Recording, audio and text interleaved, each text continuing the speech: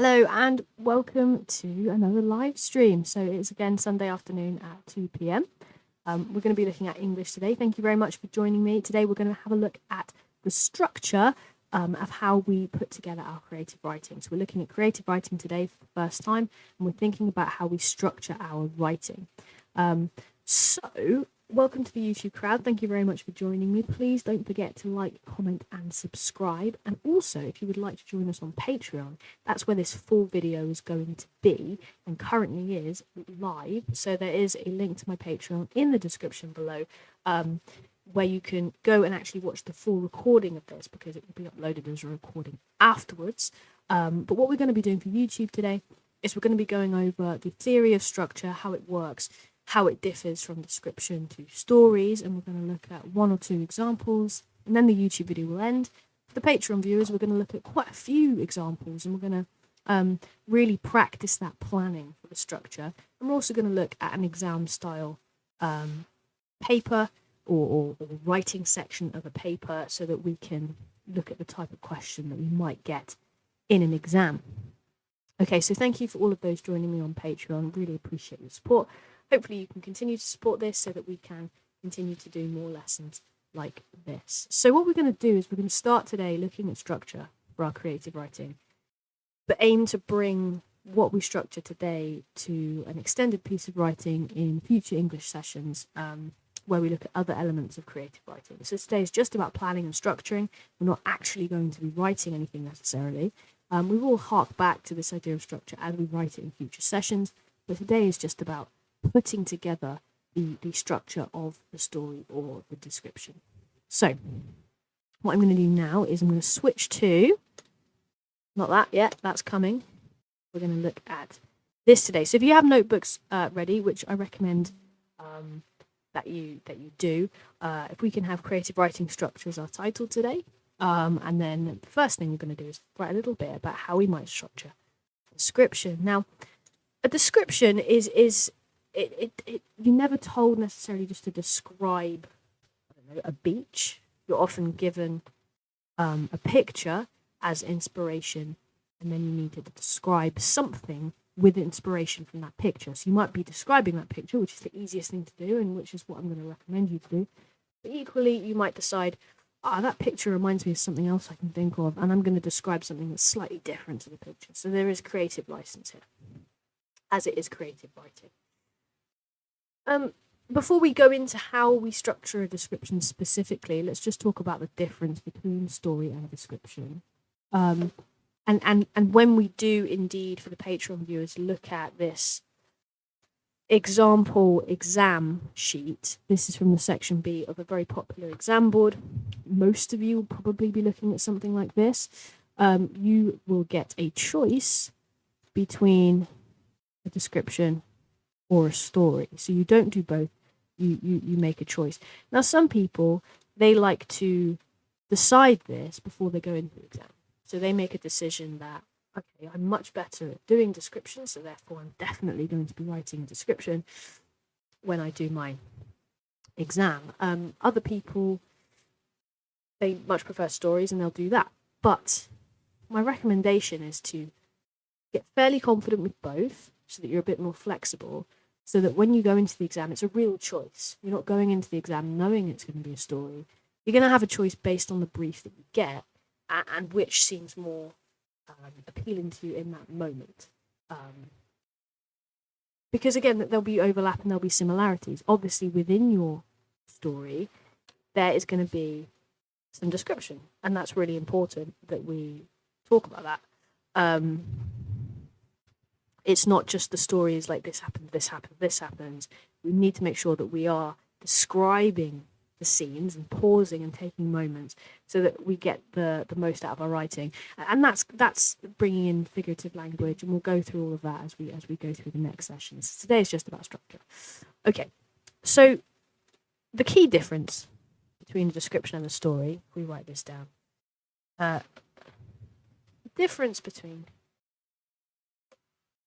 a description and a story is that a description is exploring single moment. Whereas a story is guiding the reader through a narrative. Time passes. There is movement. I'm going to put that semicolon.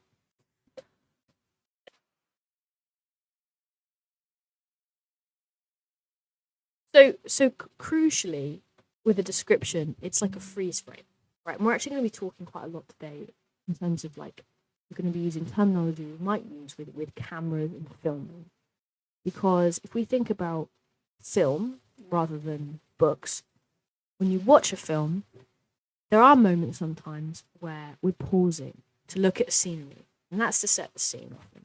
And that's important in stories, absolutely, but within that pause, there's room for exploration of the moment and the description of the moment, which is what a description is. So it's like a real deep exploration into that single moment, that single frame, which is why they often give you a picture, because they don't want you, if you're doing a description, to move between things too quickly, because that becomes story.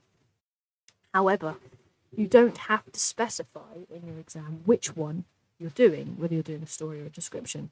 So obviously there's overlap. Half of your text might be full of description, and then you go off into a bit more of a narrative.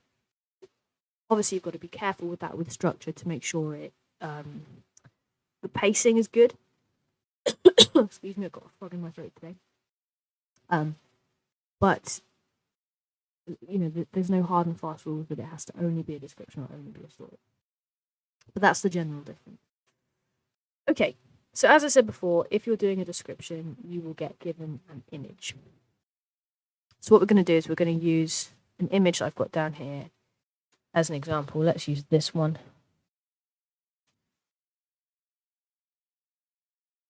So you might get a brief that says something like, write a description inspired by this image, or inspired by the image below. And so what we would do is we would look at this image and we're going to decide which bits we're going to focus on and when. So we want to maybe think back to when we were analysing structure in one of our previous lessons and thinking about how the writer puts their text together. So we were talking about elements like character, time, setting, pacing, narrative perspective, all of those things. With a description, obviously, we don't have all of those things there. That's more story, but we want to now think about how we're going to put our writing together, how we're going to bring in different elements and when we're going to do that. So again, talking about structure, I want to be talking about camera angles. So imagine we're now a camera and we're looking at this scene here. And what we can do with that camera is we can move around the scene.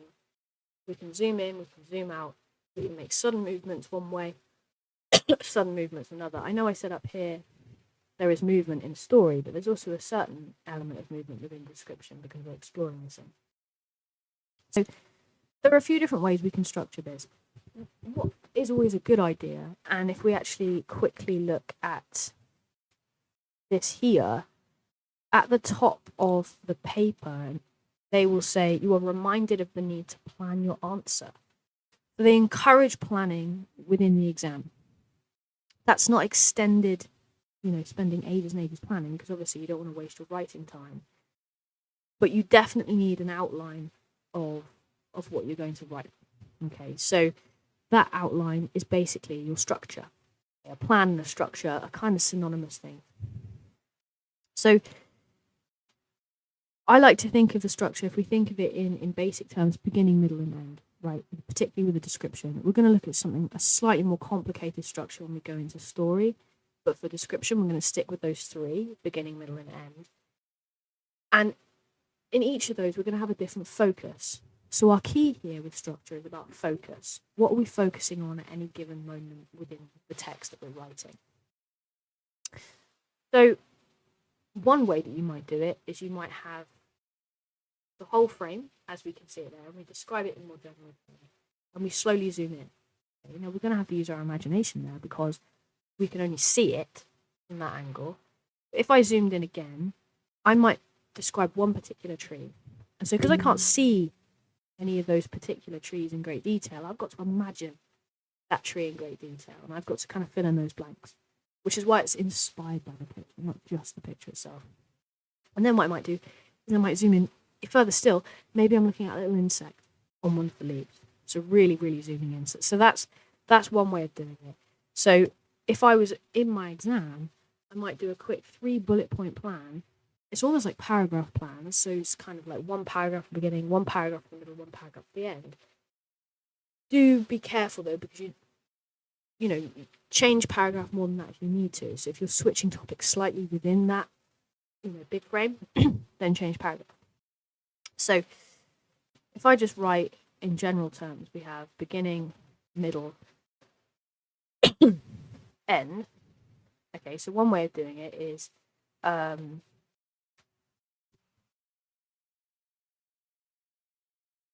zoomed out, zoom in more. Yeah. So imagine your camera. Another way of doing it is zooming out. So I'm like zoomed in and I'm on a particular detail. So this time I might be describing a rock on the ground. Okay. I zoom out to talk about the leaves on the path. And then I zoom out further, talk about the forest as a whole. Okay. So if I actually translate that to what I was saying, zoomed out would be whole picture. Zoom in would be tree. Zoom in more would be bug on leaf. Zoomed in this time is a singular rock. Zoom out, leaf strewn path.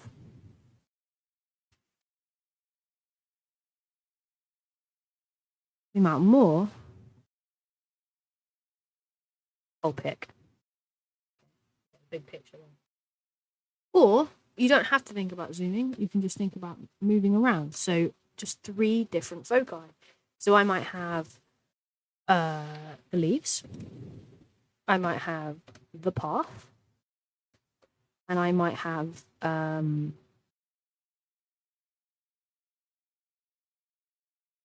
imagine there's animals in the undergrowth. So as long as I've got 3 different focuses, that's my beginning, middle, and end. Okay. So that's kind of how we look at description. And this is the kind of thing that you want to have at the top of your page when you're about to sit your exam.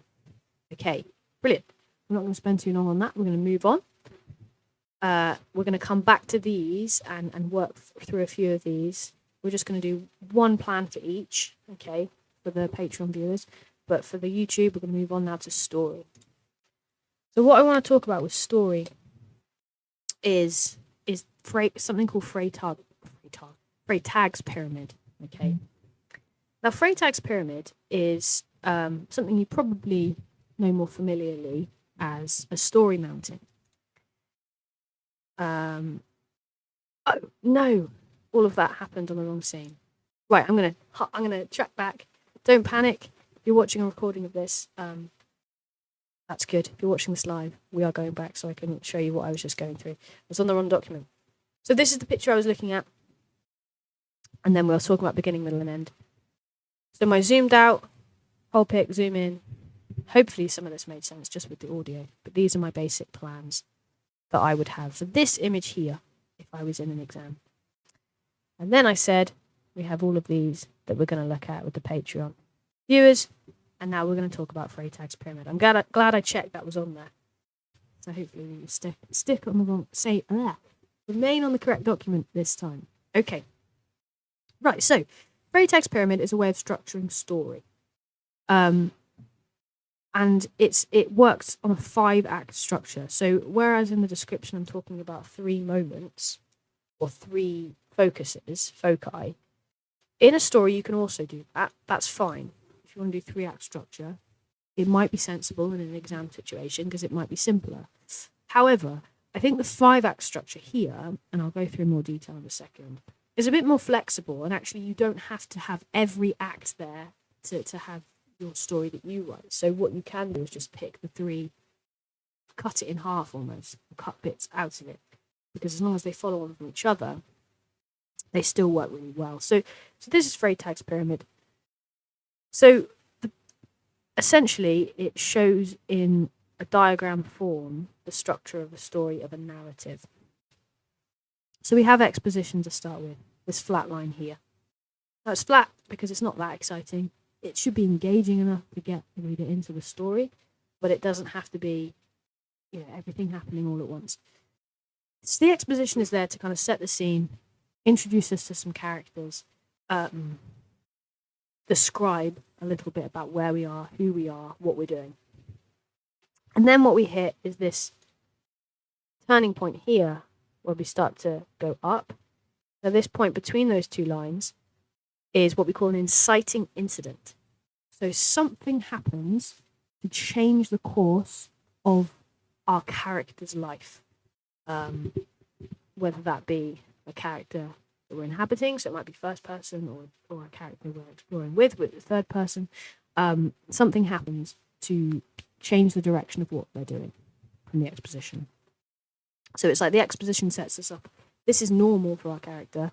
Then the inciting incident happens, and we go into a new, almost a new normal where different things are happening. So we have the rising action. Now the rising action is where the excitement starts to build, the tension starts to build, our interest as readers increases and increases and increases.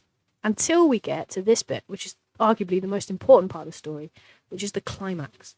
Now, the climax of the story is where the stakes are the highest and our character could lose the most.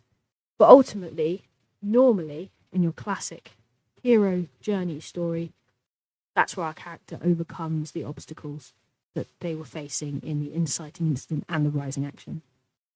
So once our characters overcome that, over the climax of the hill, we start to go into falling action, where things start falling into place yet again for our character.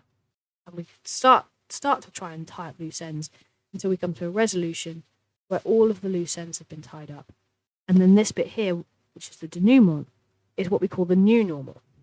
So our character's gone through a journey and they can't go back. You can't go back on this pyramid, you can only go forward.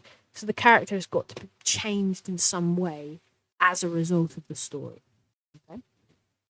So what you can do, of course, is you can start right at the inciting incident. You can ignore the exposition if you want, if you're writing a story.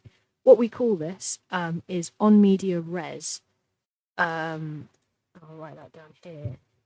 So on media res, which is a media term, which means in the middle of the action. So some successful stories quite often, particularly in films, we start right in the middle of things. Something has already just happened to our character. We don't necessarily need to know what was going on before for them. We can start here. It's quite a good place to start. We have a rising action, climax, and then we can have a short amount of falling action for resolution. So inciting incident with rising action, climax, falling action, resolution. That's quite a good bit to cut out of Freytag's pyramid. So it is more manageable in an exam, because what often happens in an exam, if people try to do the whole 5 acts and they do loads of exposition, everything feels rushed at the end and the pacing goes off because they just run out of time. Okay, it's unrealistic to write a novel when you're in this exam, so you've got to be a bit realistic and cut bits out you don't necessarily need. Okay, so let's think about some stories that we should all kind of know that might fit into this pyramid, just as an exercise. So I'm just going to write a couple of stories down here. I'm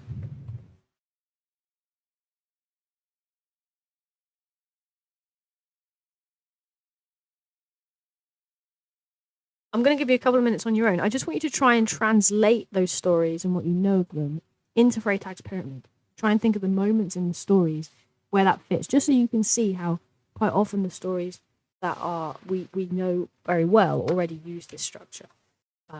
So just to show you it does work. I'll just give you a couple of minutes to have a look at that.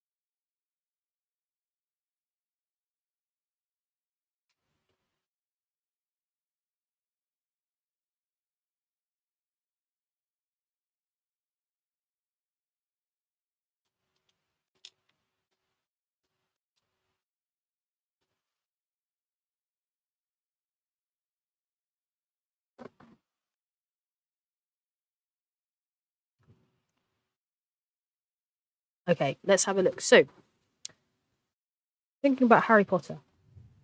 The exposition of that story is we find this young boy with his aunt and uncle.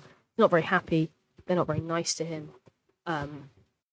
We feel sorry for him. We don't know how he's going to get out of this situation.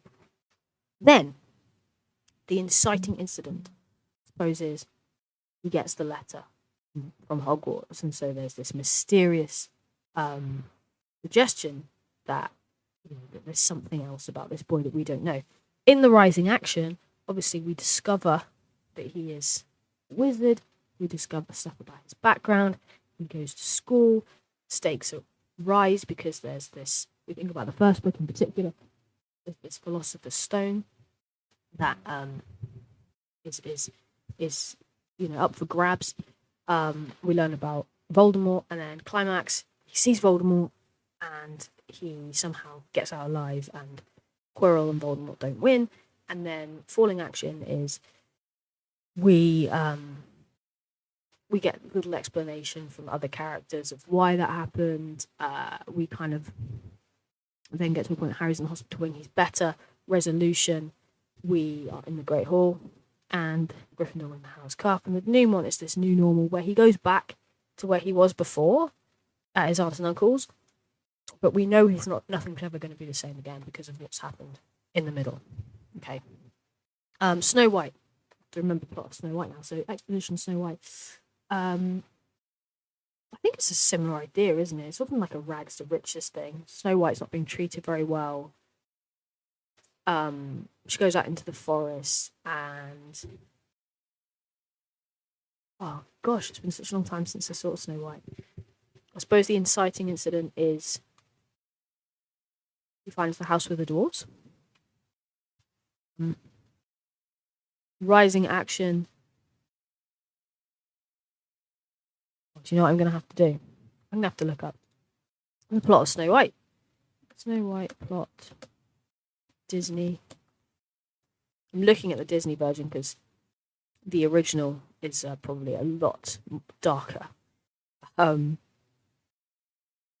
Having lost both their parents at a young age, so quite similar to Harry Potter. It's quite a common trope actually to have the orphan who's treated badly by somebody else, and then they discover something else is special about them, and they kind of rediscover their own importance in the world. So she's been treated badly by the Queen, her stepmother.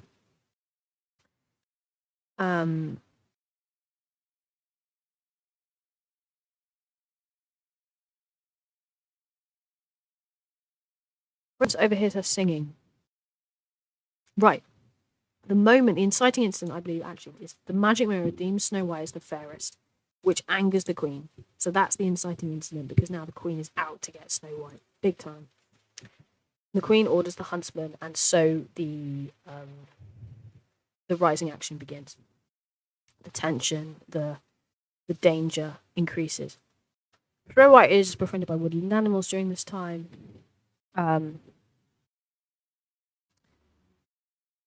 The poison apple is part of this rising action. So the rising action is normally the largest part of the story because it keep building and building and building until we get to a final climax.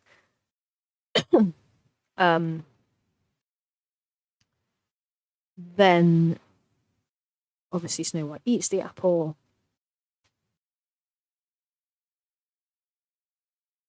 The dwarves put her in that glass coffin. The prince kisses her, breaks the spell, falling action, very quick resolution. Everyone lives happily ever after. These things can happen really quickly. Okay, Little Red Riding Hood. Little girl goes into the forest.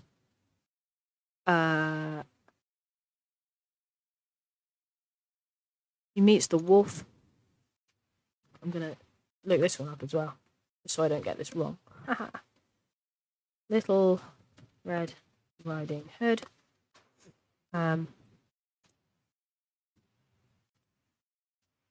Right. She's delivering food for her grandma, so that's the exposition. That's the situation we're in. Inciting incident is that a stalking wolf wants to eat her. because he asks where she's going. So that's now there's a threat there, right? Rising action is he goes to the house and he eats the grandma, climbs into bed. Red Riding Hood gets there. We're still in rising action. When the wolf leaps out of bed, turns out it's not grandma, it's the wolf. That's the climax. In the original, the wolf actually eats her as well, but in the one that we're probably more aware of, a woodcutter comes in to rescue the Red Riding Hood, which is the falling action, part of the climax and the falling action. And then, obviously, the new normal is that the grandmother is dead, so her life has changed. Okay, right. Enough of that. We're going to think about a potential brief that you might have in an exam. So let's say in the exam, you get asked to write a story about a scary experience. They're as vague as that. They're often really, really vague. And they're purposefully vague so that people can interpret it in lots of different ways and they don't get stuck in one way of doing it. So a scary experience, let's think of an example of that. A scary experience might be starting at a new school, okay? So we want to think about what could happen to a character starting a new school with regards to this pyramid, first of all. So exposition, we probably want a character who, the reason that they've changed school, maybe their parents have moved jobs and moved towns, right? So the exposition is perhaps this character in their new home. They're getting used to where they're living. And the inciting incident is that,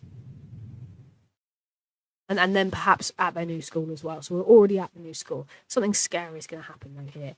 The inciting incident may be when they are at their new school, somebody steals their backpack. Okay. Now their backpack isn't just their backpack. Their backpack has something really valuable in there from a friend that they had at their old school. So something that's really sentimental to it. So someone's stolen their backpack and they need to get this backpack back. Bear in mind that often stories are driven by a character who wants something. If a character wants something, then we've got a reason to move forward in the story. So that's quite a good way of thinking about the structure. Does my character want something? Do they want to defeat someone? Do they want to get something back? Do they want to discover something? Do they want to win something? What does my character want? So our character now wants to get his backpack back. So there's rising action. In that, our character is too frightened to talk to any of the teachers because perhaps they're quite stern and scary, and so they don't tell anyone, and they're trying to get it back all on their own. Maybe someone throws a backpack into a tree. So they have to climb this tree to get the backpack back. They're not particularly good at climbing, so they're climbing and climbing and climbing. We're at a climax. They're really high in this tree. They're about to fall out of the tree. And as they fall out of the tree,